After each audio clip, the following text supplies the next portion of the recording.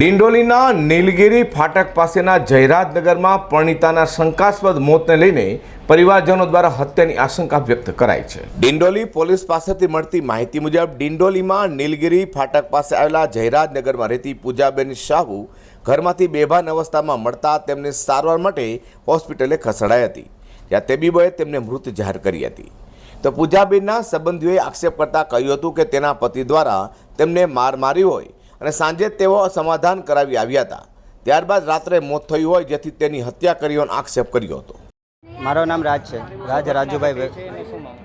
કાલે ઘટના એ ઘટેલી કે કાલે અમે એના ઘરે ગયેલા, કાલે કંઈ બબાલ એ લોકોના માટે કંઈ થયેલું, અમે પેલા મારી સાડી ઘરે ગયેલા, તો અમે ત્યાં ગયેલા તો ત્યાં ગળીને આ રીતે ઝઘડાનો વારામાં કંઈ ચાલતો હતો, તો ત્યાં ઘડી મેં કંઈ ગયો તો આ લોકો કંઈ ઝઘડા કરતા હતા, પછી મેં સમાધાન કર્યા, મતલબ ભાઈ અંદર ઝઘડા નહીં કરે, તારા નાના પોયરા છે, કંઈ એને થઈ જાય તને થઈ જાય, તકલીફ તમને જ પડવાની છે, એ બધી કરીને પછી અમે 5:30-6 વાગે જેવું અમે નીકળી ગયા।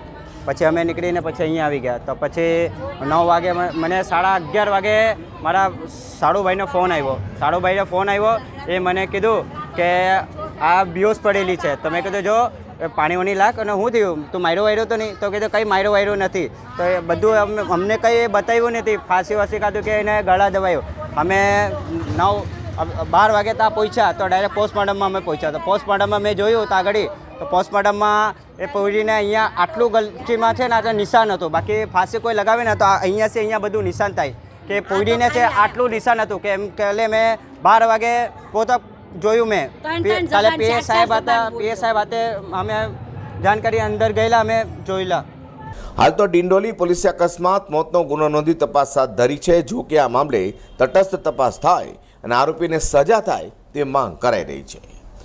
અઝર કુરેશી સાથે હર્ષદ સેઠા।